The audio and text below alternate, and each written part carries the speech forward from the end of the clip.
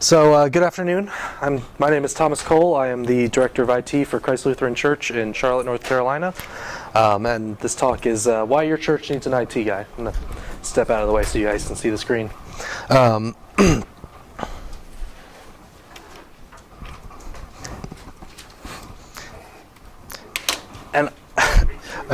a great start that the clicker doesn't work. So, should I turn off the lights so y'all can see the screen better? Yeah. Okay. Yes, please. Thank you. Oh, that's a little better. So, I've got it broken down into a couple of sections. We'll talk about first, why does your church need an IT person? What benefits can they offer you? We'll talk a little bit about some hardware recommendations, just for, if you're here on behalf of someone else at your church and you're going to take some information back to them.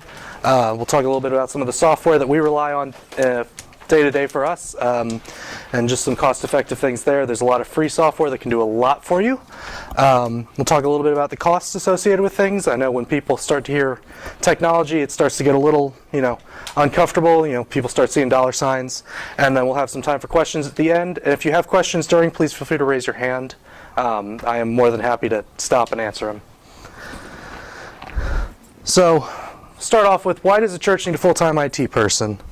So, to get into this, I'll talk about our church's IT past a little bit. We've gone through a couple different volunteers. We've gone through a managed service provider or two. We've had part-timers. I'm the first full-timer to take on this position. It was created during COVID, and just to help fill a need that wasn't really being met for the church.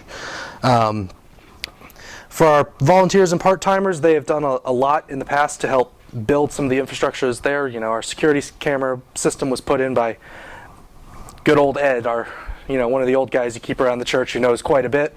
But that was all he could really do. That was his specialty, so he wasn't really your general purpose IT guy. He was a volunteer. We did have a part-timer on our church staff for a little bit who took care of some of the IT responsibilities.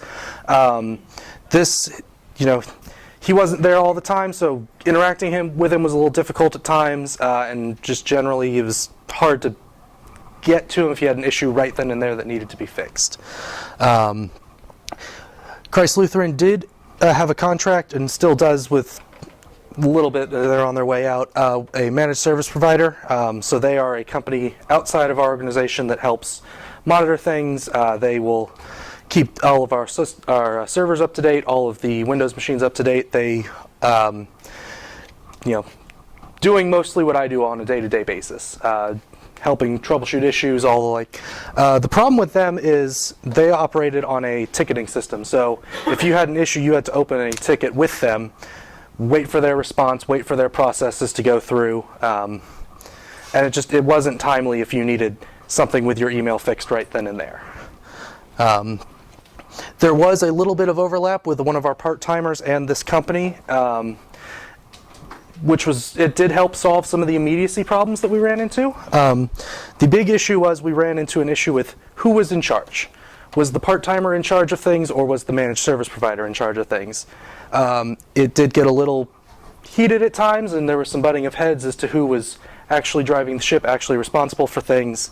And that leads to my position now as the full-time person to be in charge of overseeing all of our IT needs for our church and for all of our other campuses. I don't mean that as a brag. I'm just trying to give you a little bit of insight into Christ Lutheran. We do have 3 campuses. They are all mostly on the same technology stack. We do have a shared infrastructure, shared email, site-to-site VPNs for all of them, just to help connect them all together. And that is the playground I get to work in to oversee and make sure things are updated and working as they should. Cool. So what do I do, actually? What does my day-to-day look like? Well, I first and foremost troubleshoot technical issues. Someone's email's not working right, phone died unexpectedly, things like that. I maintain all of our physical infrastructure, so that's all of our desktop PCs, laptops, phones, Wi-Fi systems, networking. I'm sure I'm forgetting something else, but there's all of the back-end stuff that no one ever really sees or needs to see and think about, because it should just work. Update software on all the things all the time. It is my life. I get to watch progress bars slowly tick along as things update. I set up Zoom calls and help facilitate some of them. We've done in the past campus-wide Zoom calls for our congregation who is remote, and for people who are on site at all 3 of our campuses. We had all of the campuses Zoom called together, getting the audio and the video routed there. It was a fun time. I fix printers, computers, phones. That falls more under the infrastructure. Develop websites. I have a little bit of software experience. We've developed some websites for this and that. The alternative gift market is something we do. We've partnered with AGI, Alternative Gifts International, before. And this past year, we had to keep it online for COVID reasons. So instead of having the usual setup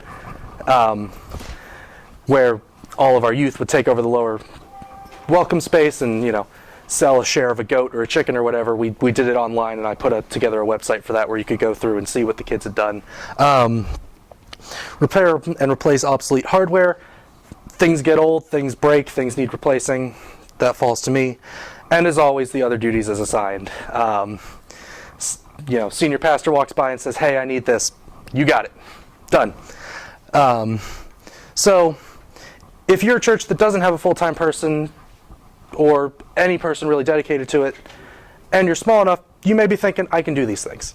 And for 2 or 3 people, if you're really, really small, you probably can.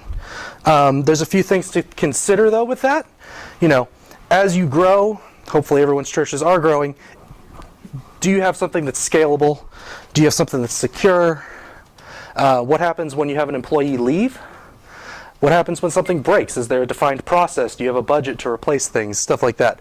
How do you handle your backups? Backups are critical. If it doesn't exist in 3 places, you don't really have a backup of it, is the general rule of thumb, in case anyone. And does it get your full attention? If you're a part-time person or you're pulling double duty, you're doing sound over here and you're doing IT over here, are you giving one or the other your full attention? And that's kind of what my position offers, is I can give it the full attention. It is my sole purpose with Christ Lutheran. It is all I do every day. I live, eat, breathe, and sleep technology. And as demonstrated, mine doesn't work because I'm busy working on everyone else's. So if you're just here to take some information back, this is where I'm going to get into some of the things you should look for, what to talk about with your person, or if you're that person here. Things like computers, some general ideas for it. Business class computers offer, longer life cycles than, say, something you could get at your local Best Buy, Walmart, Target, etc. They're going to have more support. They have a longer, they are more repairable usually. That's not always the case.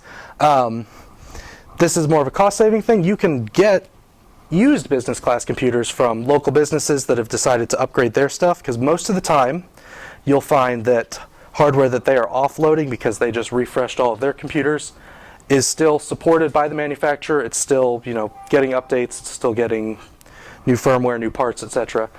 And it's usually a pretty good bang for the buck. They'll offload it really cheap, save you a little bit of money.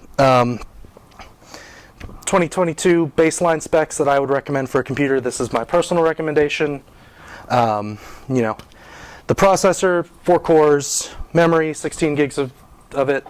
You can get by with 8, and sometimes you'll see laptops sold with 12. 16 will get you the longest way there. The solid state drive, at least 256. This is what you're going to run your operating system off of. It's usually faster than mechanical drive. Hard disk drives, 1 terabyte. That's about as small as you really want to go with those. I don't recommend running Windows off of that. That's how you get performance issues. And a dedicated graphics card. This is more for your production side of things. If you have ProPresenter or Proclaim, or you're running something more graphically intensive, you might want to look at a dedicated graphics card. If you're just writing spreadsheets or you're typing up a sermon, whatever's built in is probably fine. Desktops versus laptops. Laptops have a convenience factor to them. They are more portable. They're great all around if you just need to get up and go. Desktops are usually longer lived. They're more serviceable, better parts. better hardware, more powerful for the price point. Questions? I know, I feel like I'm zooming through these, so please feel free to stop me if I... Desktops are probably better bang for your buck. Probably. As far as like what you get out of it. Price to performance, yeah, desktops usually have the room to breathe a little more than a laptop would. Apple's kind of changing that right now, but that's, anyway. And I think, like you said, serviceability is much, much better on Absolutely. a desktop than it is for a laptop. Oh, absolutely, yeah. Switching out a dead drive in a desktop is pop the side panel off, put it in, Just go. put it in perspective, I've been doing this for a long time, and I stripped out a screw on my laptop. Mhm. Had to bite the bullet and take it in and have someone take that. It was the Oh. most ever. It's like, don't you know what you're doing? I know. It was Right. a laptop. And it's just like, oh. So, office computers are easy, right? Networking is where I've had most of my experience, just through college and whatnot. So it's the bread and butter. And it's the thing everyone likes to blame when stuff doesn't work. So we'll talk a little bit about that. You've got your home networking gear, which is usually whatever your ISP provides. It's a teeny tiny little box. You plug it in, you don't worry about it, and you just go. That's not what we're talking about here. We're talking about enterprise grade stuff. So full equipment like you would see in a deployment here. I'll talk specifically about the UniFi equipment, that little blue dish or white dish with the blue ring in the ceiling. We use those at our church. They're great. They're really inexpensive and they do a good job.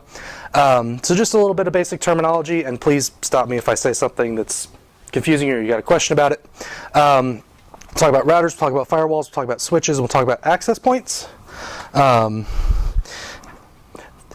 So here's how they all fit together. Your router is what's responsible for actually taking traffic from you and sending it to the internet, and vice versa, taking traffic from the internet and bringing it back.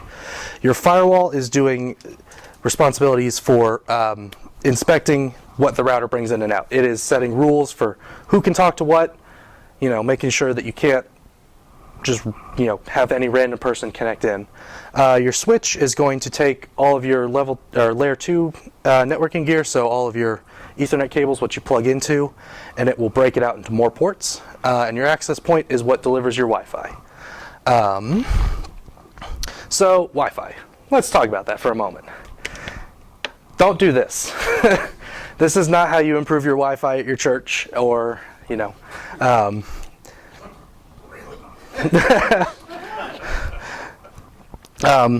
so some common mistakes with Wi-Fi that everyone makes. Too few access points, so too few of those scattered too far apart. You're not going to get good signal to your clients, to your end devices. That could be anything from, I can't load the sermon notes in church, to I can't connect my phone to the website to do whatever I need to do. Having your transmit power too high, that is the signal generated by the access point to send data to you. If you have that too high and you have too many access points too close together, typically what will happen is a device will stick to one access point and not jump to one that may be physically closer. So you can run into issues where I'm connected to an access point that's down the hall there, but there's one right here and it would deliver speeds that were faster. Channel congestion, so Wi-Fi works by splitting it out, this frequency into a couple different spectrums, channels, So if you have everything on one channel and your neighbor has everything on the same channel, you're going to fight for airtime, so your devices aren't going to talk too well. And that's similar to 2.4 gigahertz interference. Don't put your Wi-Fi on top of your microwave. It's a bad time because your microwave spits out 2.4 gigahertz just noise, and it messes with everything. So some brands to know, some brands to take back to look at. So Ubiquiti, that's the gear they have here. They make all sorts of products for Wi-Fi, for networking, for switches, they make a firewall product called the UDM Pro. It is cloud connected, it's great. It'll sync up with your phone. You can just pair it with your app, configure things remotely. TP-Link makes some good gear too. They're more on the switching side and the firewall side, but they do make some pretty good bang for the buck Wi-Fi access points. And if you have some money to burn and you want to make friends with a really pushy salesman, Aruba and Cisco Meraki are your route to go. The hardware is excellent. It works fantastically, but you're going to pay the price for it. There's really not a whole lot more to say there to that. It's you get what you pay for. Yeah. So switches, you've got a couple of different key ideas. You have the concept of managed versus unmanaged. Unmanaged is everything is in a free-for-all.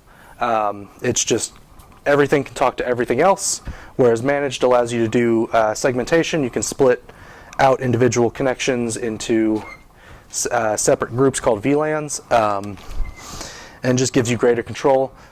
Speeds, you're not going to see 100 megabit switches anymore. However, if you are taking over for someone else or your church hasn't updated their infrastructure in a while, switch it out. Yeah, 100 meg is good if you're just like printing a document once or twice a week, but really gigabit is the standard. And then 10 gigabit is for your backhauls. So if you have a collection of switches, so if you have one switch over in building A, another switch over in building B, 10 gigabit will pull those back together, and then you get to share a little more bandwidth there. Power over Ethernet, that is a useful thing to look for on your network switches. You can power cameras, Wi-Fi access points, some really weird gear if you know where to look for it. Your in-house, if you have a listening monitoring system for your musicians, that's all running over power over Ethernet. It's just getting power from that one cable. You will pay a premium for that on some switches. It does add a significant bit of cost and circuitry and power requirement to your devices. Fiber optics versus copper. If you're going really long distances, fiber optics are great. Copper is your standard Ethernet cable that you're all probably familiar with. They have different benefits, and I'm happy to go into the weeds there, but just, for the most part, copper will be fine. Fiber optics really what you're after. I should amend that. In certain situations.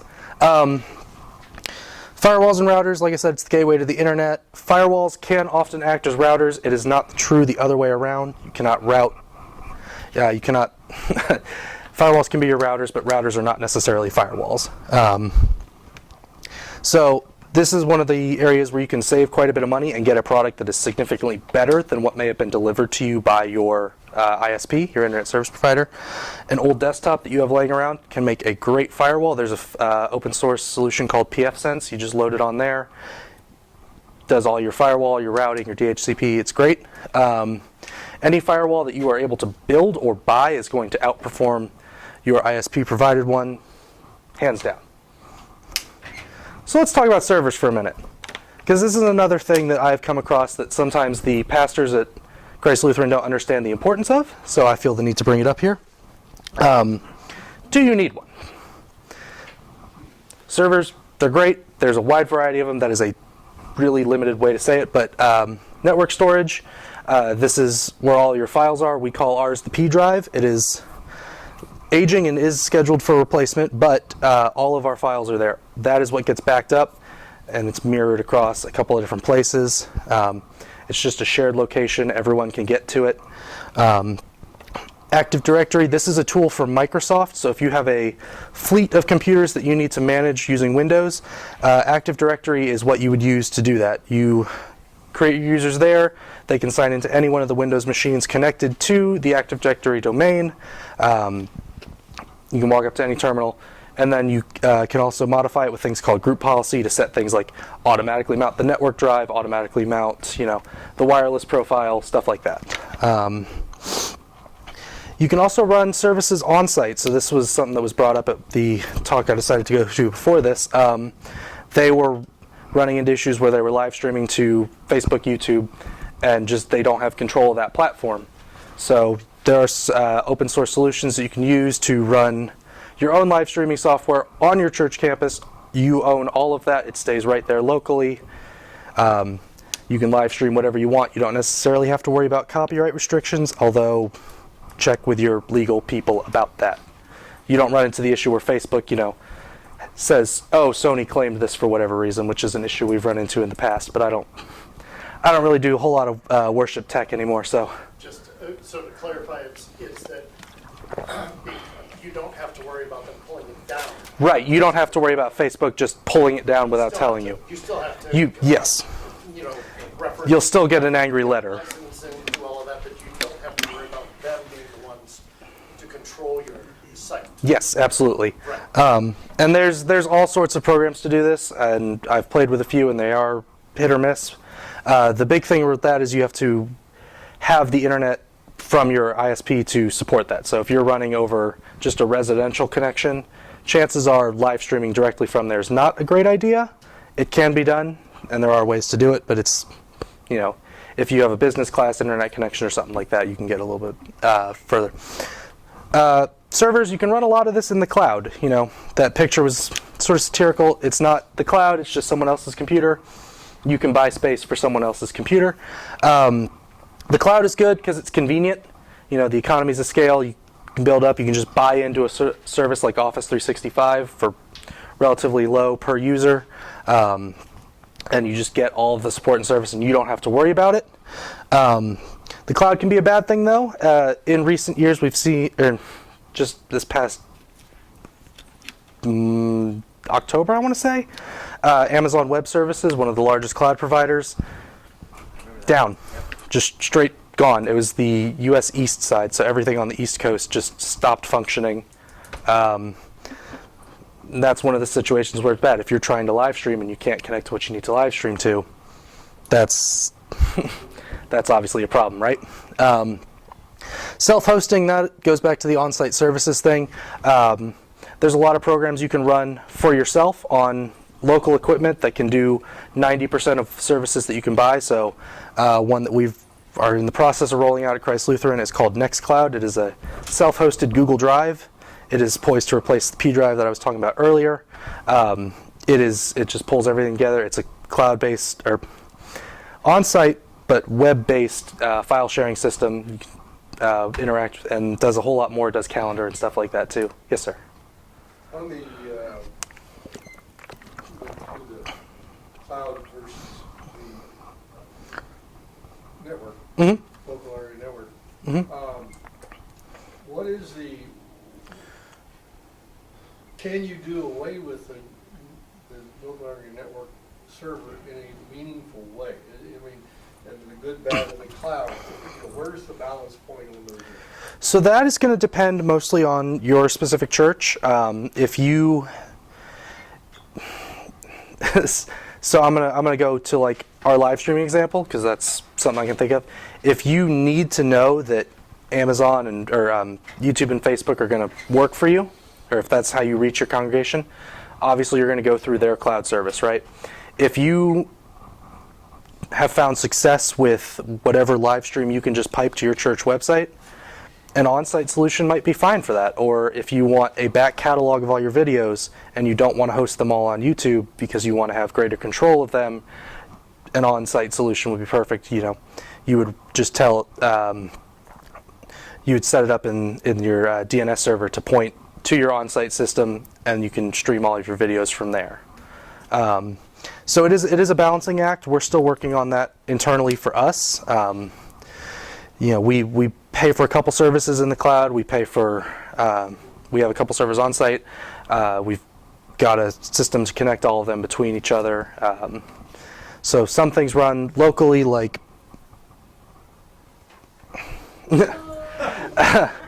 stop going to sleep, please. So like I was saying, Nextcloud, that's going to run locally. Our controller for our Unify gear, you can have that run in the cloud. We have it run locally on our campus. But then again, we have Office 365, and we pay for we pay for Dropbox for cloud storage as well, just for longer term archival stuff. So it's just striking that balance of finding what works best for you. And there isn't really a one-size-fits-all solution to that, and that's where it gets tricky, and that's where your IT guy would be able to say, all right, well, let's do the free trial of this and see if it works, or let's try this free thing, and then, we have a computer that we can repurpose if it didn't work. So that's hardware. Now, software is what makes things happen.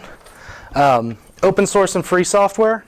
It is a great budget option if you're a small church or if you have a limited budget or no technology budget. Open source open source usually means free. It does not have to. There are paid open source solutions, but that's a little fewer and far between. So some of the ones, I'll go through I'll put them all up here. I'll point out the ones that we use on a day-to-day basis at Christ Lutheran because it helps drive our operations. So LibreOffice, that's a free alternative to the Microsoft Office suite. If you are in need of just some quick Word editing or PowerPoint or slides or Excel spreadsheets, LibreOffice is great. It does have pretty good interoperability. Sometimes fonts don't come over correctly, but if you install it on the same computer, if you install it on Windows, you usually get that issue resolved. OBS Studio, I'll talk about for a minute. That is our bread and butter for our live streaming system. We will send all of our live stream feeds through OBS Studio to Facebook and YouTube. It's a great project. We've had issues in the past with paid solutions. Namely, we had a dubiously obtained version of XSplit, I think is what it was, which, that's not okay to have. I don't remember anyone paying for it, so we looked for another solution at the beginning of COVID that would better suit us.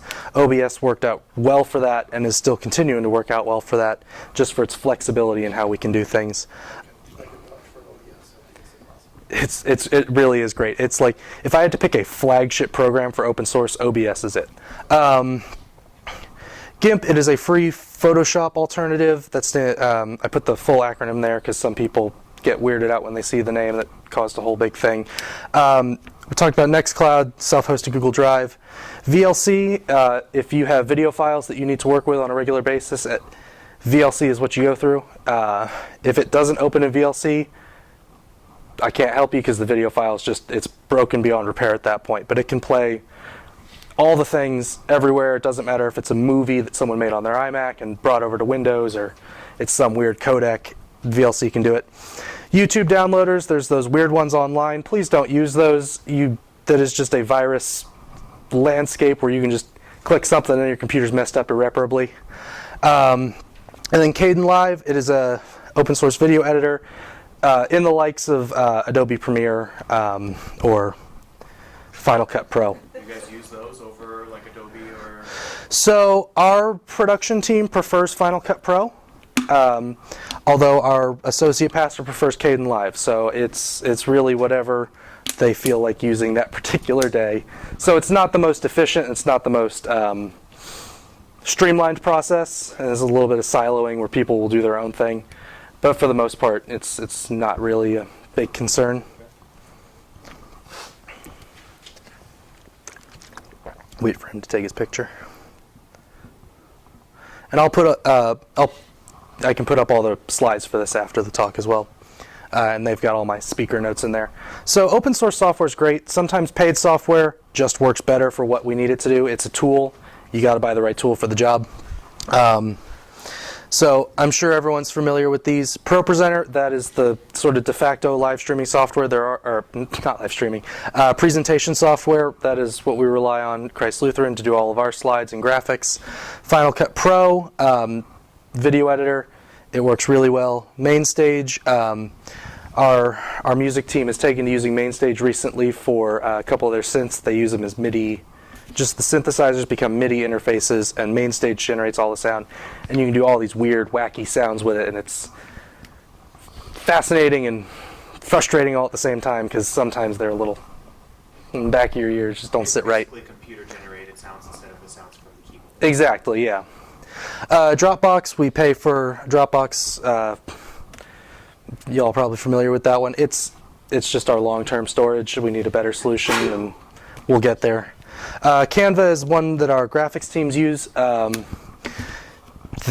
don't know how they came into it. That was before I started with Christ Lutheran, but they love it. It's just an online graphics editor, sort of Photoshop-esque, but you can do banners and posters and all that fun stuff with it. I'm sure I think you can get a free version, by the way, There is a free tier of Canva. for churches, nonprofits. Yeah, we do. I think we do pay for it though, but I should look into that. Yeah, nonprofit version.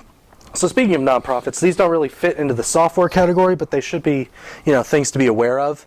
There's a company out of California called TechSoup. They are a nonprofit hardware and software vendor. So we buy all of our Office 365 licenses and access to Microsoft's Volume Licensing Center, which is where you can get your Windows 10 licenses and stuff like that through TechSoup.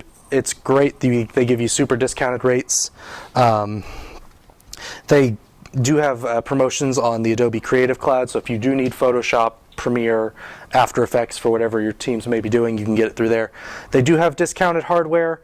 I haven't found it to be a terribly good price to what you get ratio, but it's there as well. And then Amazon Smile, it is it's the charity that Amazon has. If you are a church you can go through, set all that up, and you get a profit, or you get a portion of every Amazon purchase as long as people use your Smile link. They don't really fit in the normal software, but I felt the need to put them up there. So costs. The technology is expensive, and that there are ways to do it inexpensively. There are ways to do it where you just blow money. So where do you strike that balance? Where do you find it necessary to invest? So it's complicated. There's a lot of ins and outs. It really does depend. One church has different needs. The other church has another. Technology, it's always upgrading, always changing. Apple's going to put out another version of their Mac Pros in another month, and then everyone's going to be wanting those instead of the latest one, or stuff like that. The as-a-service model, so what I mean by that is like Office 365, cloud things that you pay for on a monthly recurring basis. Those may seem cheap, but then you stack 4 or 5 of them, or 20 of them together, and the cost really starts to tick up there. Business class internet. I want to talk about this for a minute because that was one of the first things I struggled with when I started at Christ Lutheran. We were paying for 3 internet connections, all of them business class, and only one was really used. And they were the cost to the service that they provide was just not even fair remotely. We settled on one, and it's a fiber line. It's 500 by 500. It is expensive, but it's the only one we have now. And we got rid of the other ones. There are business providers that will not take you for a ride, but just be careful. And it does depend. Remote work, COVID, obviously everyone had to go home and start working from home and hopping on Zoom calls. You're going to rely a little more on the cloud. On-premises stuff is great, but everyone's going to complain they can't get on the VPN to get to the on-premises stuff. So you're going to have to switch over to cloud, and that's created a bit of fragmentation internally with us between Google Drive, Dropbox, and the like. But it's a necessary evil. And like I said, there isn't a one-size-fits-all solution. Everyone's needs are going to be different. So no money, no problem. You don't always need the cutting edge. Like I said earlier, you can buy used business class devices from local businesses that may have cut over their hardware, get a nice deal there. Enterprises love writing that off as a tax write-off. Nonprofit pricing through things like TechSoup and Amazon Smile is not really it, but TechSoup, you do have nonprofit pricing on a lot of things, Office 365, Windows, all that. Open source, it's great. I will advocate for open source software all day because generally it's free and it can do 90% of the things that the paid version of the software can. It's just that last 10% that you might need and you might have to pay for. Outsourcing is not always cheaper. So if you have a managed service provider that does things for your church, that does your technology things, they may not always be cheaper. Not in the sense of what it costs to pay the physical person to be there, but in just the headache and the lost productivity time of waiting for their ticketing system to get back to you if your senior pastor really needs to send an email and can't. So that being said, it does benefit you to buy the best that you can afford. Don't buy the cheapest Chromebook that Best Buy or Fry's or whoever has this particular day. Maybe step up that 1 or 2 tiers of product pricing to get something that's going to last longer. One man's trash is not another man's treasure. Every one of our campuses had a problem initially with just hoarding technology. One of our campuses, people kept bringing them printers, and he never said no. So there was just piles of these old, obsolete, broken printers. They're not going to do us any good. Let's get them gone. You're saying I can recycle the gateway boxes that I found? Yes. If it has CalPrint, get rid of it. So you need to be upgrading. if your office computer looks like that, might be time to upgrade and just Actually sell it. So sometimes a paid solution is the best. Like I said, open source does 90% of the things, but if you need that last 10%, say in the case of like Adobe After Effects or something, it does behoove you to pay it. And paying an expert can save you a lot of headache. You know, everyone in the church, especially at Christ Lutheran, we had a lot of volunteers who came through who knew how to do cabling, and the cabling that they did to run security cameras or run fiber lines was not always the most robust connections. Things would fall apart easily, or they'd be sort of jammed up in the ceiling where no one would expect to see them, and it's not serviceable. So paying someone to come out and run your fiber lines or to run a security camera system may be beneficial depending on, you know, access to people who know how to do it. So I kind of flew through that, but like I said, it's my first time here. So please, questions, if you have specific concerns about your church that I can help address, I'd be happy to do that. Yeah. I've got two questions. Mhm. So I'm the facilities manager for what I would consider a mid-sized church. Mm-hmm. We probably run 20 desktops. Sure. So we have an MSP, Mhm. and one of the questions we get into is what we call the hit by a bus principle, right? Like, how much documentation should we expect? Because it's constantly changing, so it's like, I Right. don't want to pay him to be constantly writing down what he did, Mhm. but also we don't have anything on paper that if he gets hit by a bus, tells us where stuff is and what its current setup is. Yes. So you're. What would you recommend for a documentation standard? You know, that's a fantastic question. And that is something I don't do particularly well either. If I were to get hit by a bus tomorrow, I believe Christ Lutheran would fall apart. Because nothing that I have done is normally documented. That being said, I have worked for MSPs in the past. And within the ticketing system itself that we used, and this may be a conversation to have with them, is have it archive past tickets. So that if you call them back and say, oh, you know, something broke, and have someone who's not that particular MSP person have access to this as well, where you can go search the archive and go, computer won't power on, and get the whatever ticket he may have done where it didn't power on. There are, I would recommend just a wiki almost system if you want to start writing documentation or have them start writing documentation, and keep it in something like Git or version control, where any changes can just be written back to that. But that goes back to you don't want to have them write it all the time, all day, every day. So that's a good question, and I'm not sure how to really effectively answer that for you, unfortunately. There's one thing that I'm the only guy who can do anything at my church that is there. So if I do get, we actually joked about this. We all drove down from Iowa, and it was the senior pastor, the parish administrator, and myself, and we said we can't. So we Like had Air to Force drive. One, right? But essentially what we have done is we've started doing the documentation going forward.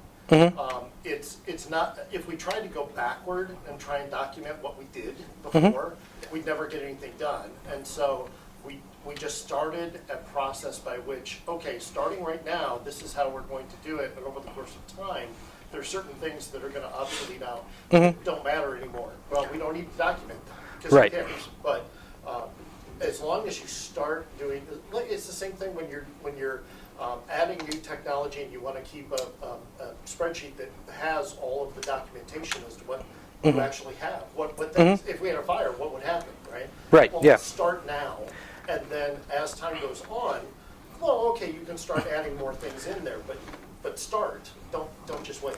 Yeah, absolutely.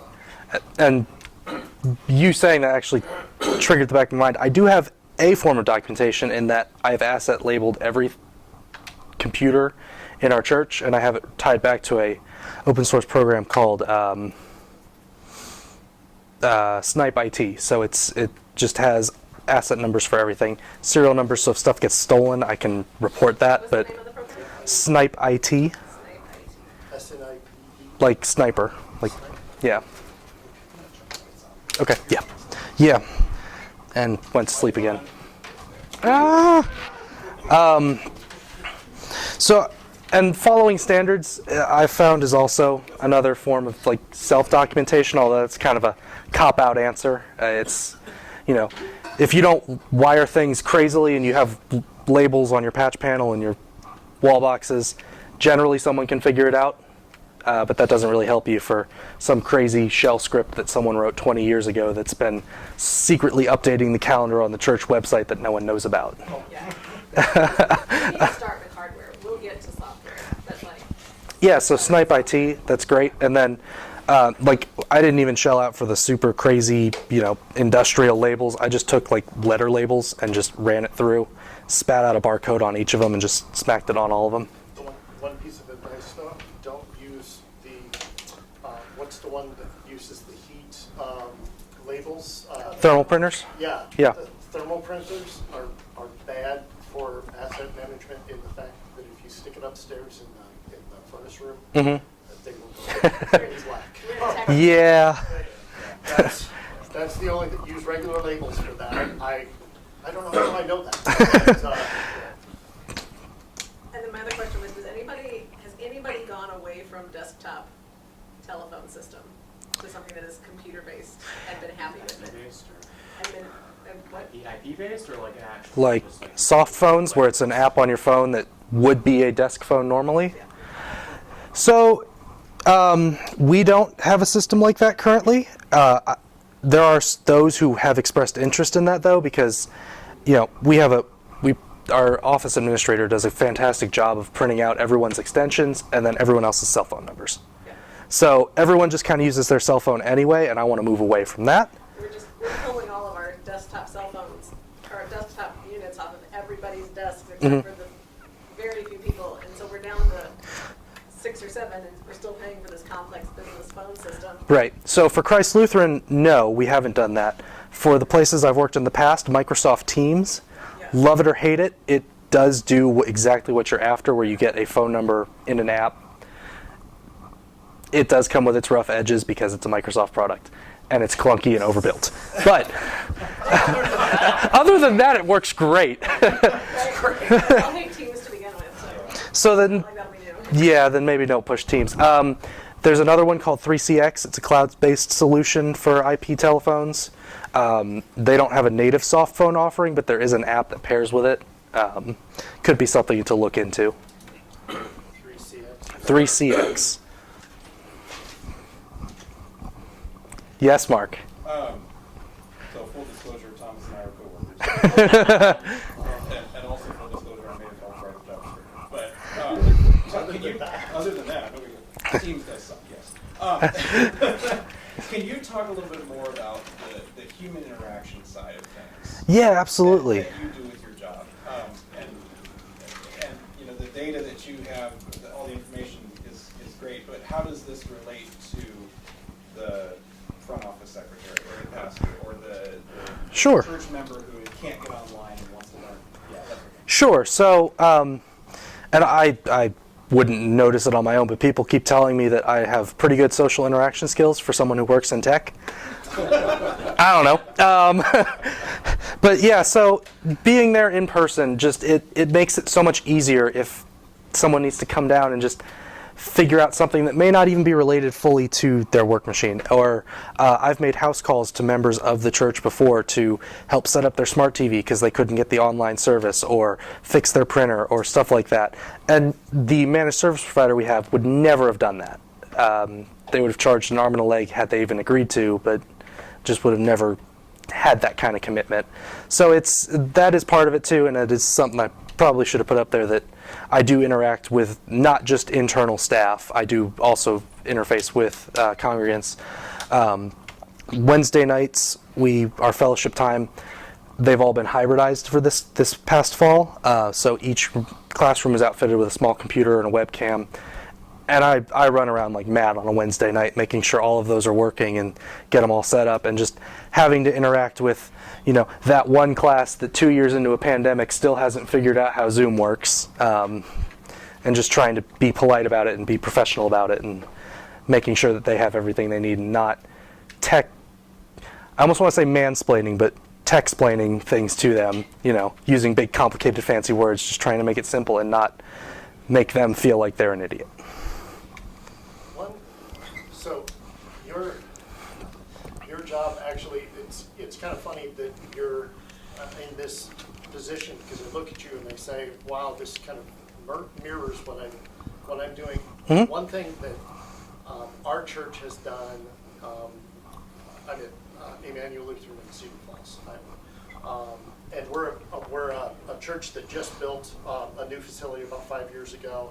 We started going online 6 months before COVID, and it was hilarious because just all of a sudden now we need all of this. And so I'm the communication director, but I do everything that you're describing, going to people's houses and helping them set up things and whatnot. And I think that one of the things that helped to make it so they can afford, we only have a staff of 5 or 6 or something like that.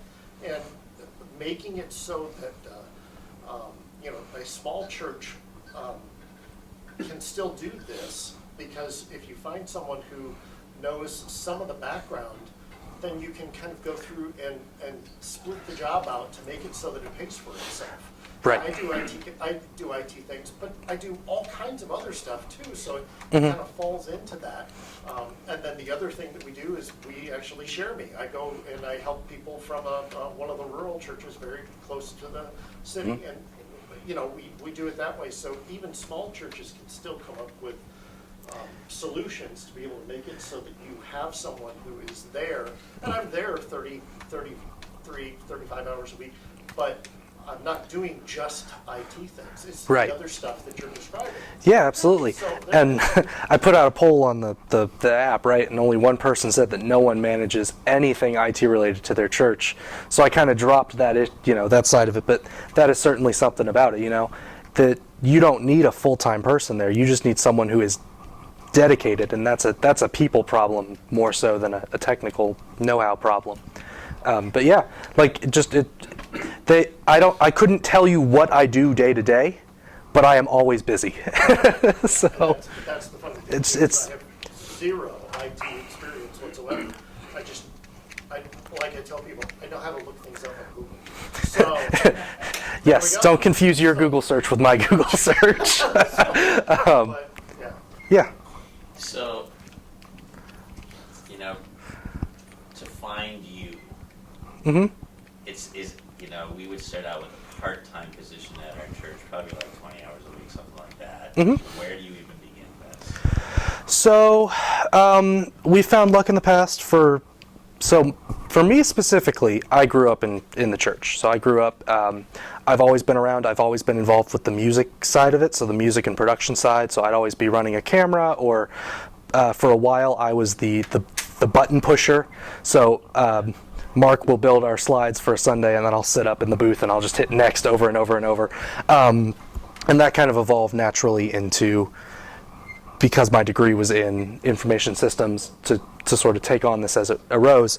But for some of our other tech directors, we've had luck with local colleges. The University of North Carolina at Charlotte has a good theater tech program that we've interacted with before to fill that need. So finding recent college graduates is probably a good start. The job market is crazy right now, and applying is just throwing resumes into a black hole on the internet.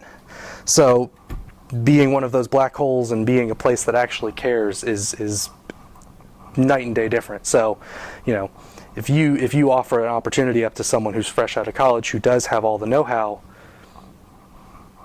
that's a pretty good avenue to start, even if it's a part-time position. Yeah, I was going to Yeah. kind of dovetail off of that. We have a church and a school, 50 staff people, school is all integrated, church, blah, blah, blah. Our person is retiring. Okay. So we've looked at the Concordias, and really none of the Concordias, if you want a pastor, you call a pastor. If you want DC, blah, blah, blah. Right. There's no specific Concordia that would, yeah. So my question is the same, where do you go? So it sounds like and we want a Christian individual. Mm-hmm. Doesn't have to be Lutheran, but we would move that person along, if you catch my drift. Yeah. That way. So it's local colleges, it's new graduates. The other one, and this goes back to me because I was only part-time as the slides person. I worked for an MSP for a little bit. I hated it there. So MSP, tell me. managed service provider. Okay. So Okay. outside contractors. Outside, okay. So that's a good place to look too. Not necessarily saying poach their employees, No, but right. just Well, poach their employees. I'm guessing that we're not going to be able to offer what the. So you we're a would you church. would be I mean, surprised. We would be surprised because Yeah. we have we've got the job description. It's well written. Mm-hmm. We have the dollar amount, and that's what we're concerned about too. Is So without getting into the specific Yeah. numbers, the position that Christ Lutheran offered me was equal to what I was making at this managed service provider for arguably a job that I love 10,000 times more because it's varied. I work with people that are great. It's not a slog and it's not a 9 to 5. okay. Got it. Can I throw this at you too? Yeah. Because our churches, we did this, and one of the things that they were able to find was a lot of times it's not necessarily, let's put it this way, because the role of someone who works within the church as like a tech director is so vastly, it covers everything. You are not just working with networking. It's all kinds of things. With us, what it was they found the person who was willing to then learn the material that was needed in order to become effective at the job that they needed right there, right now. And so one of the things that that actually I'm going to be beginning in, it's going to be this fall, there's over in Sioux City, and it doesn't matter, you find it wherever you are, there's a tech program for church workers who want to learn things like web design, IT, all of that. It's a 2-year certification, and the church is willing to pay for it. It's all online. It's a matter of finding the person and then obtaining the things that they need in order to become effective right here, right now with you. Right. So that's where they came at it, was let's find the person who's willing to learn these things, and then you need to find that person that is adaptable, that's willing to just kind of, oh, you want me to go over here? Sure, I'll learn that, and you just go and do that. So, Yeah, absolutely, and that's written into my job description is that I am not and other duties, right? right and other duties. Right, it's not that I work 9 to 5 at. I'm going to say our main campus, and that's not the terminology we use, but it's not I work 9 to 5 at our main campus, and then the satellite campuses are just ancillary. It's I will float between any of them Sunday morning, during the week, once on a Saturday, that wasn't fun, and fix whatever their issues might be. Wow. But yeah, No, I so understand. yeah. And any of us in ministry all have that, and whatever. Right, and this is certainly a teacher. yeah, you know, it's everybody. So. and like you said, you're not going to go to Concordia and find the IT program. It's certainly a very niche, Yeah. and tech directors are a good spot to look for that too. You know, because they are already in the right mindset if they're mixing your sound to be able to also maybe learn the other things. That's always true. Yeah, Okay. yeah, It was 8 hours a week. Yeah, of course. That's it, so. yes, sir. I have a sense that most of you here are in a larger church than what I'm. But you're talking about most campuses. Is it reasonable to consider if 2 or more churches were interested in sharing an IT? Yes, Yeah, absolutely. absolutely, yes. Yeah. Right.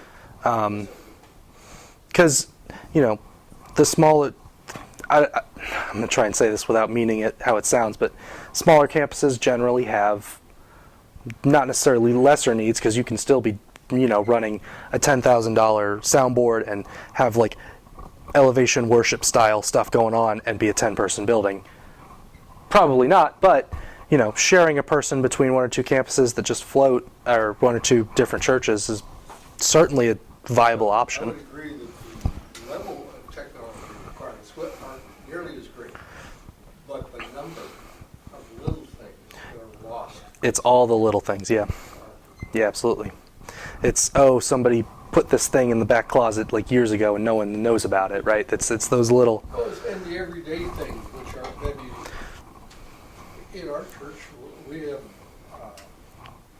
very few people that understand technology.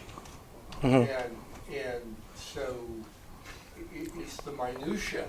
right. It's not, are we going to build cloud or server? It isn't the real issue. It's, how does Word work?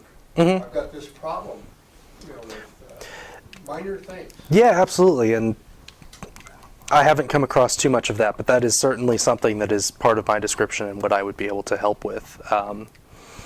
Maybe it's just we have a younger congregation. I'm not sure.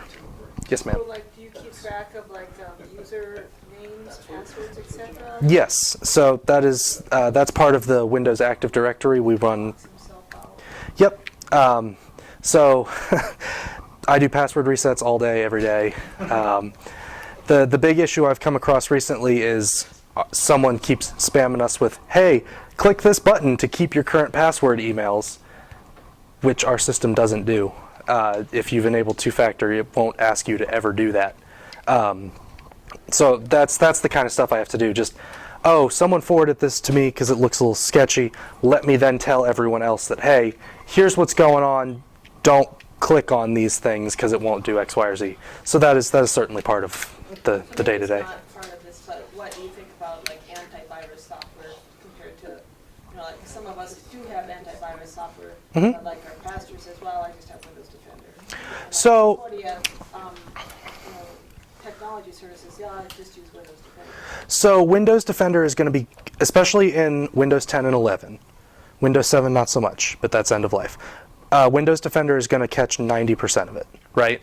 It's going to catch your low-level viruses and basic Trojans that are just going to, oh, you clicked the wrong download button and now your browsers are popping up all over the place. What I have found works best is, and we did it for a little bit and then pulled it away for reasons I don't need to get into. On our local network, we ran our own DNS server, so our own name resolution, with a huge list of domains to never allow to connect, and just block it all at the source. So that button that would download a virus just doesn't appear or just fails to load. So that plus Windows Defender, for the most part, covers it. And then the other part is the normal user accounts aren't allowed to install software. So you mitigate most of the, oh, I downloaded this Word document that was actually an executable and now everything's blowing up, because they would need my password or one of the other admin passwords to install that. Are they still able, but you go around and do all the updates? Yes, so the updates are pushed from the Windows Active Directory. It'll automatically do security updates without my input at all. Feature updates, I am able to restrict those. So like I can say, all right, all of our computers are locked to Windows 10 from the end of last year. And then any feature updates past that don't get put in automatically. And then that's just all group policy. I can flip a couple switches and then it'll filter down from there. Sometimes manual updates are required. We do maintain a couple machines that aren't part of Active Directory. There are production machines, so they run ProPresenter. Our OBS setups are all not part of Active Directory, and those I have a remote agent installed on that I can just go in and run the updates from there. So to answer the virus question, yes, don't let normal users install stuff. Windows Defender is probably good enough. And for if you're like 5 or 10 people, that's totally cool too. You can just set it up individually with an admin account and then their user account. You don't need the full back-end infrastructure to do that. What about, like, so we have, most of us are using Windows. Mhm. We got a new pastor and he has a Mac. And so he wants to use his Mac, we wanted to move to a laptop. Yep. But what about that instance where it's his own computer? It's kind of up to him, but he's still running stuff on our network. So that's where you'll have to think about things like VLAN segmentation. So, and this is something that's still in process for us, but all of our servers and all of our Windows Active Directory stuff is going to live in one VLAN. We'll maintain a DMZ, a demilitarized zone, for all of our outward-facing servers, and then you get a wireless-only VLAN for situations like that, where it can't actually physically access any of the other resources unless you allow that through the firewall.